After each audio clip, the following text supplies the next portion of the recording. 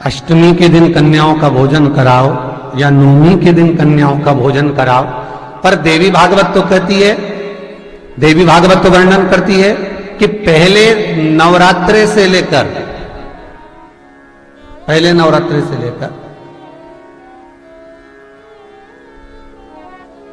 नौमी तिथि तक जितने दिन देवी के होते हैं, प्रत्येक दिन में आप किसी भी दिन कन्याओं का भोजन करा सकते हो, पहली रात्रि से लेकर, पहला दिन से लेकर।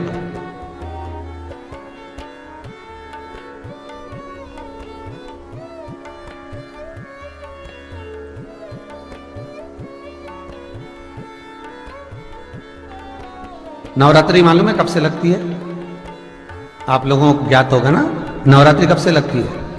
अमावस्या से कि एकम से?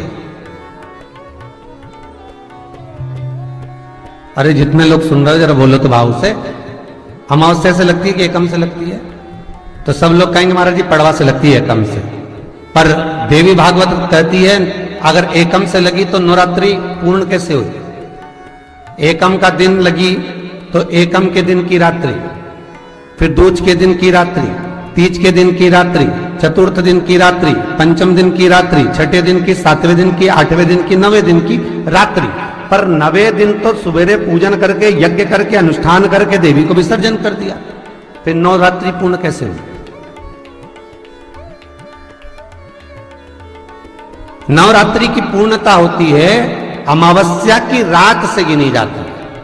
कौन से दिन से गिनते हैं? अमावस्या की रात्रि, फिर एकम की रात्रि, फिर दूज की रात्रि, ऐसे गिनते गिनते अष्टमी की रात्रि तक और नवमी के दिन सुबह तक या दोपहर तक या शाम तक, जब तक आप यज्ञ ना करें तब तक ये 9 रात्रियां पूर्ण गिनी जाती हैं महाराज देवी भागवत के हिसाब से। पूर्णता में गिनी। अब हमने कन्या भोजन का जो क्रम बनाया, अष्टमी के दिन करा देंगे, नवमी के दिन करा देंगे, इस तिथि को करा देंगे, पर भाव देखिए। शास्त्र कहता है भूखे को भोजन जब कराइए जब उसको भूख लगी हो, और ऐसों को कराइए जिसको जरूरत पड़ रही है।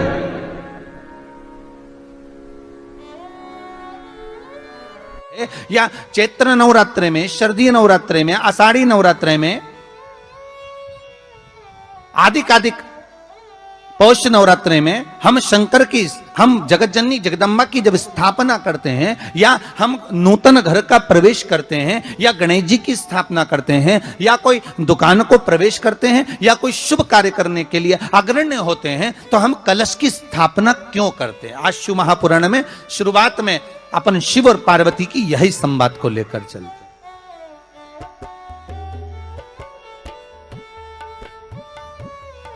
आखिर कलश में ऐसा क्या है? कलश के अंदर आखिर ऐसा क्या विराजमान है कि 33 कोटि देवता उस कलश के अंदर आकर बैठ जाते हैं महाराज?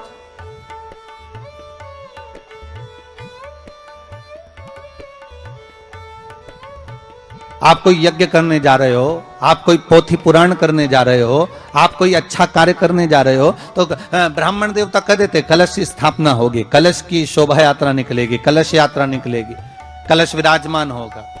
और आज हर की पौड़ी पर, प्रयागराज में या उज्जैनी में, नासिक में जो बड़े बड़े कुंभ के मेले होते, कुंभ का मतलब भी तो कलश से होता, उसकी महत्वता क्यों है?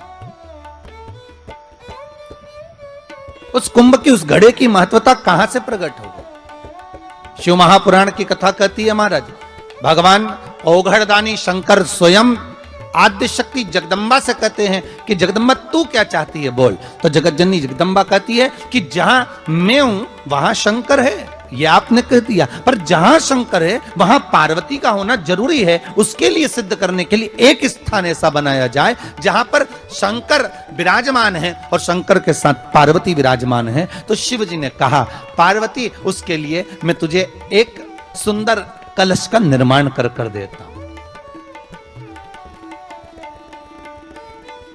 दुनिया का रचनाकार, दुनिया की रचना करने वाले महाराज संपूर्ण ब्रह्मांड की रचना करने वाले, जिनको भगवान शिव ने स्वयं ब्रह्मदेव से कहा है कि ब्रह्मा जी तुम सृष्टि खंड को आगे बढ़ाइए, सृष्टि की रचना करिए। और आज ही के दिन, यही चैत्रीय प्रतिपदा के दिन, यही इसको कहते हैं नया संवत्सर, नया वर्ष। हिंदू धर्म में क्यों कहा जाता है? आज ही के दिन ब्रह्मा जी ने महाराज सृष्टि की रचना करना प्रारंभ करा था। आज ही के दिन भगवान शिव और ब्रह्मा का संवाद हुआ था। सीधे भगवान शंकर ब्रह्मदेव के पास जाकर बोले थे, हे ब्रह्मदेव आप सृष्टि की रचना करिए। तो ब्रह्मा जी ने पूछा था, सारे नक्षत्र आपने बनाए, सारे दिन आपने बनाए, सारी घड़ियां आपने बनाई, सारा पल आपने बनाया, मनुष्य की श्वास गिनती, काउंटिंग, अर्थात मनुष्य के शरीर की रोमावली, ये सब आपने निश्चित करी है। और नवरात्रि में भी देवी की आराधना का एक स्मरण का सुख है महाराज। ज्योत का विधान है, नवरात्रि में देवी की ज्योत लगती है, अखंड ज्योति लगती है, जवारे बुआए जाते हैं, कलश लगता है।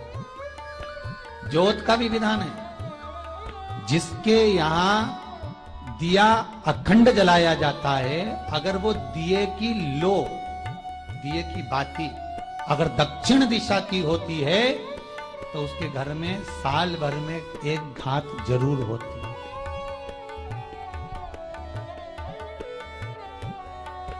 जो दिया अखंड जलता है उसकी बाती का मुख दक्षिण का नहीं होना चाहिए। अगर आपने देवी भागवत का स्मरण कराओ, देवी भागवत को अगर सुना हो, तो देवी भागवत में स्पष्ट किया गया कि पूर्व की ओर मुख करा हुआ दिया, अर्थात पूर्व की ओर ज्योत जो जलाई जाती है वो संपदा की वृद्धि करती है। पश्चिम की ओर मुख कर कर जो ज्योत लगाई जाती है महाराज, वो वैभव को देती है। और उत्तर की ओर जो मुख कर कर ज्योत जलाई जाती है, उत्तर की ओर जो ज्योत का मुख रहता है वो आयु की वृद्धि करती है, घर में अकाल मौत को रोकती है।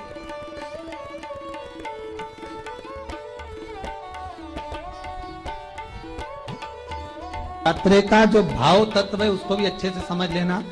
दक्षिण की ओर ज्योत ना लगाएं। अगर आपको लगाना है पूरब की लगाएं, पश्चिम की लगाएं या उत्तर की लगाएं। और जितने दिन महारानी जगदम्बा जगत धात्री दुर्गा भवानी, अब की बार माता जी घोड़े पर आई है। हर बार देवी बदल बदल के आती है, इस बार जो नवरात्रे आए वो घोड़े के आए। तो घोड़े पर जो देवी जी आती है वो समृद्धि को देने वाली आती है, लक्ष्मी की वृद्धि करने वाली आती है। जैसी घोड़े की रफ्तार होती है उस रफ्तार से लक्ष्मी घर में आती है। तो ये मत सोचना कि कोरोना महामारी ने हमको नीचे गिरा दिया या कोरोना महामारी ने रोक दिया, कमाई के स्रोत रोक दिया, धन रोक दिया। चिंता मत करना। मेरी मां जगत जननी दुर्गा भवानी अब की बार घोड़े पर आई है। साल भर में इतना धन दे देगी कि आपने पीछे के 4 साल में नहीं कमाया होगा। इतनी मेरी मां भंडार भर देगी। ये घोड़े पर आई है, कोई साधारण नहीं हो सकता। देवी भागवत में स्पष्ट किया गया, जब जगदम्बा मगर पर आती है उसका भाव अलग है, और जगदम्बा जब हाथी पर आती है उसका भाव अलग है, और जगदम्बा जब घोड़े पर आती है तो जगत को समृद्धिवान बना देती है, वैभव में कमी नहीं है। अभी भले दुनिया के लोग अभी रोते हैं कि पैसा नहीं आ रहा, कोरोना महामारी ने सब तोड़ दिया, रोक दिया, पर चिंता ना करना।